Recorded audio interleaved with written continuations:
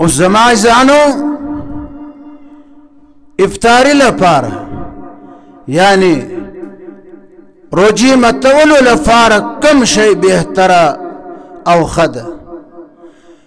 عن سلمان بن عامر قال قال رسول الله صلى الله عليه وسلم إذا كان أحدكم صائما فليفطر على التمر فإن لم يجد التمر فعلى الماء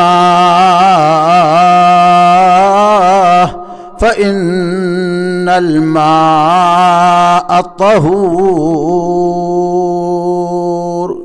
رواه أبو داود والترمذي. حضرت سلمان بن عامر رضی اللہ تعالی عنہ نے روایت فرمائی چې رسول الله صلی الله علیه وسلم فرمایل چې کله تاسو کې د یو کس روژه وي او ماښام شي اذان وشي د روژه ماتول غواړي نو فعل التمر روژه دې په کجوره باندې ماته کړي. فإن لم يجد التمر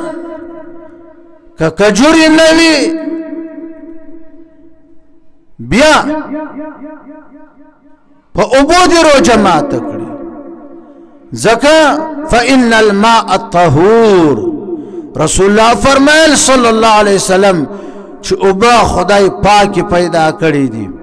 قرآن کې الله فرمایي وأنزلنا من السماء ماء طهورا. الله وی د اسمان می پاکي اوبه در ورولې دي کنه نو اوبه پاکي دي. اوس د افسوس خبره ده چې اذان سره سره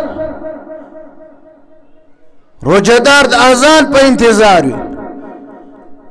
چې کله به وشي چې مؤذن اذان وکړي الله اکبر الله اکبر نو سواری مخکې لا چونډۍ تیاری ښیي دالتې ورداسي کې دلته کې دي بس سترګې پټې کړې وي مراقبه پان خوړلو والا چالیا اچولو والا ماوا اچولو والا خوله کې پان چالیا ماوا واچي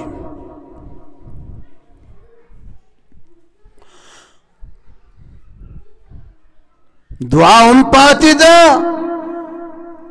کجوره هم پاتې ده اوبه هم پاتې دي ځکه د نسواریا د نسوارو چونډۍ اپچه چې دلته ایښې ده هغه بیا خرابېږي د فان والا د خولې نه بیا هغه د حیض د ماهواري وینه راتویي که نه خوله به دا کوي د خولې نه د غوایي کونه جوړه کړي که تاسو خیال کړی وي غوایي چې کله سوټه واچي بیا دغه کړي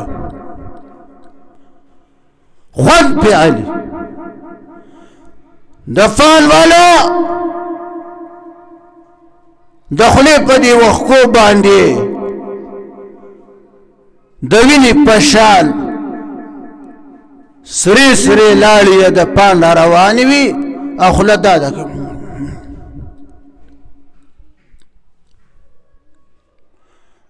دا زمونږ تهذیب ده دا زمونږ عقل ده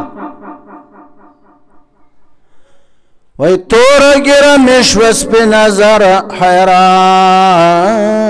یم توره ګیره مې شوه سپین زره حیران یم چې رحمان لا ناقل او نه بالغ شوه